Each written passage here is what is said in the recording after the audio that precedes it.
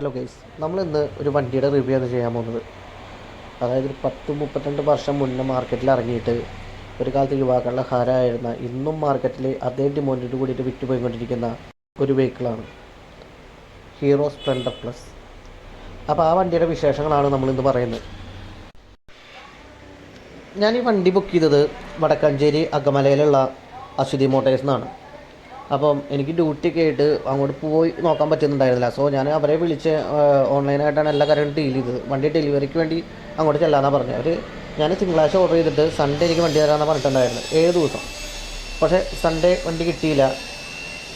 അത് കഴിഞ്ഞിട്ട് മൺഡേ തരാമെന്ന് പറഞ്ഞു. മൺഡേ ഇതേപോലെ ഞാൻ അവരെ വിളിച്ചായിരുന്നു. തിങ്കളാഴ്ച വൈകിട്ട് ഞാൻ അവരെ വിളിച്ചു. അപ്പോൾ അവർ പറഞ്ഞു ഇല്ല, നമ്പർ പ്ലേറ്റ് ആയിട്ടില്ല. അത് കഴിഞ്ഞിട്ട് ചൊവ്വാഴ്ച തരാമെന്ന് പറഞ്ഞു. ചൊവ്വാഴ്ച ഞാൻ വിളിച്ചപ്പോഴും ഇതേപോലെ റീസൺസ് ആയിരുന്നു. അത് കഴിഞ്ഞിട്ട് ബുധനാഴ്ച വൈകിട്ടാണ് എനിക്ക് വണ്ടി കിട്ടിയത്. അപ്പം വണ്ടി കിട്ടി. പിറ്റേ ദിവസം തന്നെ ഞാനൊന്ന് അമ്പലത്തിൽ കൊണ്ട് വണ്ടി പൂജിച്ചു, എന്നിട്ടാണ് വണ്ടി എടുത്തത്. സോ സന്തോഷം. അപ്പം അങ്ങനെയുള്ള പരിപാടികളൊക്കെ കഴിഞ്ഞു. അത് കഴിഞ്ഞിട്ട് വണ്ടി ഒന്ന് ഓടിച്ചു നോക്കി. അതിന് ശേഷം റിവ്യൂ ചെയ്ത് വിചാരിച്ചു. കാരണം നമ്മളൊന്ന് ഓടിച്ച് മനസ്സിലാക്കിയിട്ട് നമുക്ക് തോന്നുന്ന കാര്യങ്ങളെല്ലാം പറഞ്ഞിട്ട് കാര്യമുള്ളൂ. സോ അതുകൊണ്ടാണ് 2 ദിവസം ഡിലേ ചെയ്ത്. അപ്പം എനിക്ക് ഫീൽ ചെയ്തിട്ടുള്ള കാര്യങ്ങൾ എന്തൊക്കെയാണെന്ന് നോക്കാം. ഈ വണ്ടിയെ പറ്റും ഇത് ഞാനെടുത്ത് യൂസ് ചെയ്ത് നോക്കിയപ്പോൾ എനിക്കുണ്ടായിട്ടുള്ള ഫീലിങ്സ് എങ്ങനെയാണ്, കൊള്ളാവോ അതോ നെഗറ്റീവ്സ് ഉണ്ടോ, ആ കാര്യങ്ങളൊക്കെയാണ് ഞാൻ പറയുന്നത്. ആദ്യം നമുക്ക് വണ്ടിയുടെ എൻജിൻ ആൻഡ് പെർഫോമൻസ് സൈഡിൽ നിന്ന് തന്നെ തുടങ്ങാം. വണ്ടിയുടെ എൻജിൻ വരുന്നത് 97.2 cc എയർ കൂളഡ് എഞ്ചിനാണ്. 4 സ്റ്റോക്ക് സിംഗിൾ സിലിണ്ടർ വിത്ത് OHC സെറ്റപ്പിലാണ് വണ്ടി വരുന്നത്. വണ്ടിയുടെ ഫ്യൂവൽ സിസ്റ്റം നോക്കുകയാണെങ്കിൽ പ്രോഗ്രാംഡ് ഫ്യൂവൽ ഇഞ്ചക്ഷൻ ആണ് വണ്ടിക്ക് കൊടുത്തിട്ടുള്ളത്, FI ടെക്നോളജി. അത് വണ്ടിക്ക് ബെറ്റർ പിക്കപ്പ് കൊടുക്കും എന്നാണ് കമ്പനി പറയുന്നത്. അതേപോലെ തന്നെ അത് BS6 കാറ്റഗറിയിൽ വരുന്ന വണ്ടിയാണ്. കമ്പ്യൂട്ടറൈസ്ഡ് ബൈക്കാണ്. ഇതിന് കാർബറേറ്ററോ കാര്യങ്ങളൊന്നുമില്ല. അതില്ലാതാണ് വണ്ടി വരുന്നത്. സോ പെട്രോൾ അടിച്ചുകൊണ്ട് പോകുന്നുള്ള പേടി വേണ്ട, അങ്ങനെ കാര്യമുണ്ട്. അതേപോലെ തന്നെ വണ്ടിയുടെ ടോപ്പ് സ്പീഡ് എന്ന് പറയുന്നത് 87 km/h ആണ്. അതൊക്കെ മാക്സിമം ആണ്, കാരണം ഒരു 100 cc ബൈക്കാണ്. സോ 87 എന്നൊക്കെ പറഞ്ഞാൽ 90 അത്രയ്ക്ക് കിട്ടുള്ളൂ വണ്ടിക്ക്. പിന്നെ അതുപോലെ മൈലേജ് 80+ കമ്പനി പറയുന്നുണ്ട്. അതേപോലെ വണ്ടിയുടെ സസ്പെൻഷൻ നോക്കുകയാണെങ്കിൽ ടെലിസ്കോപ്പിക് ഹൈഡ്രോളിക് ഫോർക്കാണ് ഫ്രണ്ടിൽ സസ്പെൻഷനായിട്ട് വരുന്നത്. പുറകിലോട്ട് 5 സ്റ്റെപ്പ് അഡ്ജസ്റ്റബിൾ ഹൈഡ്രോളിക് ഷോക്സാണ് കൊടുത്തിട്ടുള്ളത്. വണ്ടിയുടെ ബ്രേക്കിംഗ് സിസ്റ്റം നോക്കുകയാണെങ്കിൽ 130 mm ഡ്രം ബ്രേക്കാണ്. IBS ടെക്നോളജി കൂടി കൊടുത്തിട്ടുണ്ട്. ഇൻറ്റിഗ്രേറ്റഡ് ബ്രേക്കിംഗ് സിസ്റ്റം എന്നാണ് പറയുന്നത്. അതായത് നമ്മൾ പുറകിലെ ബ്രേക്ക് പിടിക്കുമ്പോൾ ഫ്രണ്ടിലെ ബ്രേക്കിൻ്റെ കുറച്ച് ശതമാനം കൂടെ അപ്ലൈ ആവും. സോ ഇതിന് ഡിസ്ക് ബ്രേക്ക് വരുന്നില്ല, ഡ്രം ബ്രേക്കാണ് വരുന്നത്. അപ്പോൾ ആ ഒരു ടെക്നോളജി കുറച്ച് ഹെൽപ്ഫുള്ളാണ്. ഓക്കെ. വണ്ടിയുടെ ടയർ ആൻഡ് വീലിൻ്റെ സൈഡിലോട്ട് വരുമ്പോൾ 18 ഇഞ്ച് അലോ വീലാണ് വിത്ത് ട്യൂബ്ലെസ് ടയറാണ് വണ്ടിക്കുള്ളത്. അതുപോലെ തന്നെ വണ്ടിയുടെ ഗ്രൗണ്ട് ക്ലിയറൻസ് 165 mm ആണ്. So it's really good for handling in the റോഡ്സിന്. പിന്നെ സീറ്റിൻ്റെ ഹൈറ്റ് ആൻഡ് വെയിറ്റ് നോക്കുകയാണെങ്കിൽ 85 mm ആണ്. വണ്ടിയുടെ വെയിറ്റ് വരുന്നത് അറൗണ്ട് 112 കിലോ. സോ ഇത്തിരി സൈസ് കുറഞ്ഞ ആൾക്ക്, ഹൈറ്റ് കുറഞ്ഞ ആളുകൾക്കൊക്കെ ഈസിലി ഹാൻഡിൽ ചെയ്യാൻ പറ്റിയൊരു വെഹിക്കിൾ കൂടെയാണ് Splendor plus. Fuel tank capacity എന്ന് പറയുന്നത് 9.8 ലിറ്ററാണ്. അതേപോലെ തന്നെ നമ്മൾ വണ്ടിയുടെ ഫീച്ചേഴ്സ് നോക്കുകയാണെങ്കിൽ ഈ സ്പ്ലെൻഡർ പ്ലസ് എന്ന മോഡലിൻ്റെ ക്ലാസിക് അൺലോക്ക് ഡിസ്പ്ലേ ആണ് കൊടുത്തിട്ടുള്ളത്. അത് പഴയ നമ്മുടെ സ്പ്ലെൻഡറുള്ള ആ സെയിം സാധനം തന്നെ. അതിൻ്റെ കൂടെ എന്താണെന്ന് വെച്ച് കഴിഞ്ഞാൽ സിംപ്ലിസിറ്റി ആൻഡ് റീഡബിലിറ്റി. അധികം ഒന്നുമില്ല അതിനകത്ത്. സിമ്പിളായിട്ട് കാര്യങ്ങൾ മനസ്സിലാക്കാം, അത്രേ ഉള്ളൂ, നോർമൽ. പിന്നെ അതുപോലെ തന്നെ വണ്ടിക്ക് i3 ടെക്നോളജി ഉണ്ട്. നമ്മൾ വല്ല ട്രാഫിക്കിലോ അങ്ങനെയൊക്കെ പെട്ട് കഴിഞ്ഞാൽ നമ്മൾ ഗിയർ ഡൗൺ ചെയ്ത് നിർത്തി കഴിഞ്ഞാൽ വണ്ടി ഓഫ് ചെയ്യാതെ തന്നെ വണ്ടിയായിട്ടാണ് ഓട്ടോമാറ്റിക്കലി സ്വിച്ച് ഓഫ് ആയിട്ട്, പിന്നെ നമ്മൾ പോകാൻ നേരത്തെ ജസ്റ്റ് ക്ലച്ച് ഒന്ന് പിടിച്ചു കൊടുത്തു കഴിഞ്ഞാൽ വണ്ടി എഞ്ചിൻ ഓൺ ആവും. അതായത് ജസ്റ്റ് വണ്ടി സ്റ്റാർട്ടായി. വണ്ടി നമ്മൾ ഓഫ് ചെയ്യേണ്ട ആവശ്യമില്ല. ജസ്റ്റ് ഗിയർ ഡൗൺ ചെയ്താൽ മതി, ഓട്ടോമാറ്റിക്കലി വണ്ടി സ്വിച്ച് ഓഫ് ആയിക്കോളൂ, ഒരു സ്ലീപ്പ് മോഡിലോട്ട് പോകും. സോ അതെന്തിനാണെന്ന് വെച്ച് കഴിഞ്ഞാൽ ഫ്യൂവൽ എഫിഷ്യൻസി ബൂസ്റ്റ് ചെയ്യാനായിട്ടാണെന്ന് പറയുന്നത്. അപ്പോൾ നമുക്ക് കുറച്ചുകൂടെയൊക്കെ മൈലേജ് വണ്ടിക്ക് കിട്ടുമെന്നാണ് പറയുന്നത്. അതേപോലെ തന്നെ വണ്ടിക്ക് സൈഡ് സ്റ്റാൻഡ് ഇൻഡിക്കേഷൻ വരുന്നുണ്ട്.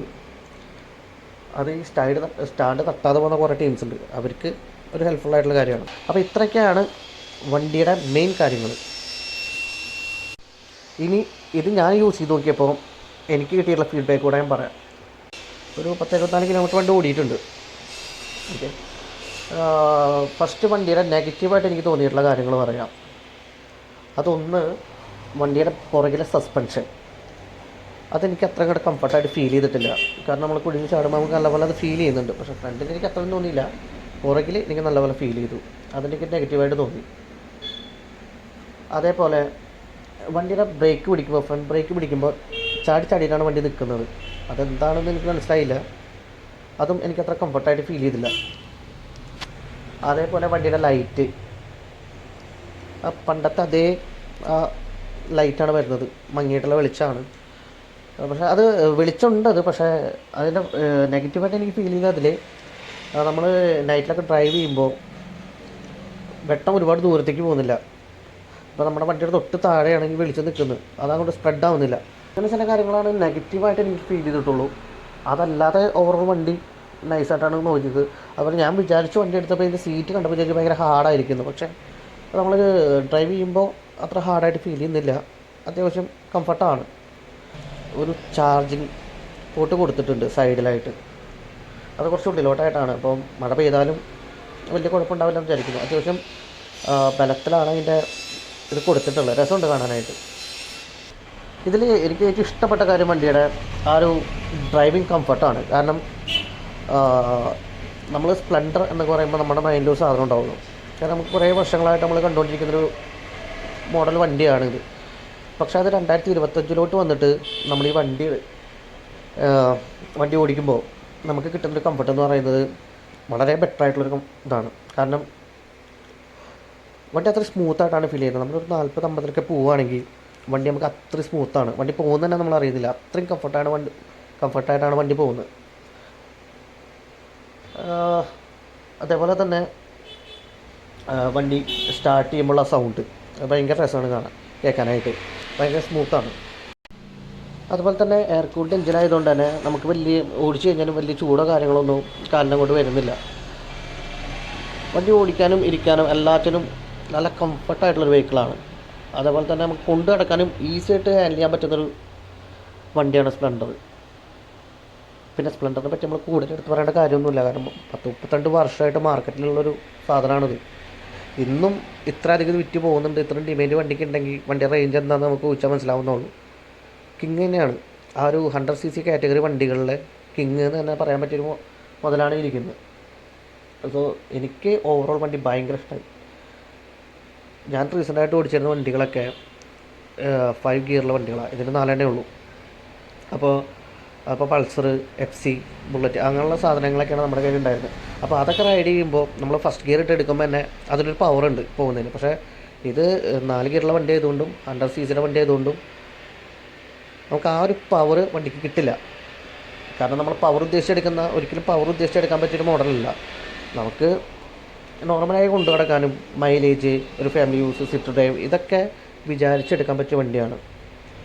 പക്ഷേ എന്നാലും യൂത്തിനും കുറച്ച് ഏജ് ആയവർക്കും ഒരേപോലെ സൂട്ടായിട്ടുള്ളൊരു വണ്ടി കൂടിയാണ് സ്പ്ലെൻഡർ എന്ന് എനിക്ക് തോന്നിയിട്ടുണ്ട്.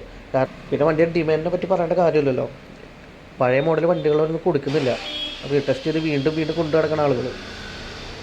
അതുപോലെ തന്നെ സെക്കൻഡ്സ് കിട്ടുകയാണെങ്കിൽ തന്നെ നല്ല റേറ്റും പറയുന്നുണ്ട്. അപ്പം ആളുകൾക്ക് അത്ര ഇഷ്ടമുള്ള അത്രയും ഡിമാൻഡുള്ളൊരു വെഹിക്കിളാണ്. കാരണം അതിൻ്റെ പെർഫോമൻസും അതൊക്കെ തന്നെയാണ് അതിൻ്റെ കാര്യം. വണ്ടി മൊത്തത്തിൽ സൂപ്പർ ഒരു വണ്ടിയാണ്. നമ്മളൊരു 100cc സെഗ്മെൻറ്റിലൊരു ബൈക്കാണ് നോക്കുന്നെങ്കിൽ നമുക്ക് കണ്ണടച്ചെടുക്കാൻ പറ്റിയതാണ്. കാരണം നമുക്കിത് കംപ്ലൈൻറ്റ്സ് കുറവാണ്. അതുപോലെ തന്നെ സർവീസ് എവിടെ വേണമെങ്കിലും ഇതിൻ്റെ പാർട്സിൻ്റെ അവൈലബിലിറ്റി അങ്ങനെ. അപ്പോൾ ഇത്രയൊക്കെയാണ് എനിക്ക് ഇതിനെപ്പറ്റി പറയാനുള്ളൂ. കൂടുതലായിട്ടുള്ളൊരു വലിയ റിവ്യൂ പറയാൻ എനിക്ക് അറിയില്ല. പിന്നെ അത് പറയേണ്ട ആവശ്യമില്ല. സ്പ്ലെൻഡറിനെ പറ്റി നമ്മൾ പറയേണ്ട കാര്യമില്ല. പക്ഷേ പഴയ ഒരു മോഡൽ സ്പ്ലെൻഡർ ഓടിച്ചിട്ട് നമ്മൾ പുതിയ ഈ ഒരു വണ്ടിയിലോട്ട് വരുമ്പോൾ ആ ഒരു കംഫർട്ട് ഓടിക്കുമ്പോഴൊരു വ്യത്യാസം അത് അത്രയുണ്ട്. അത് ഫീൽ ചെയ്തുകൊണ്ടാണ് ഞാൻ റിവ്യൂ തന്നെ ചെയ്തത്. അപ്പോൾ 100cc സെഗ്മെൻ്റ് ഒരു വെഹിക്കിൾ നിങ്ങൾ നോക്കുന്നുണ്ടെങ്കിൽ നിങ്ങൾക്ക് ധൈര്യമായിട്ട് അപ്രോച്ച് ചെയ്യാൻ പറ്റിയൊരു വണ്ടി തന്നെയാണ് സ്പ്ലെൻഡർ. സോ അത്രയൊക്കെ ഉള്ളൂ. അപ്പോൾ ഞാൻ അടുത്ത വീഡിയോ ആയിട്ട് കാണാം. ബൈ.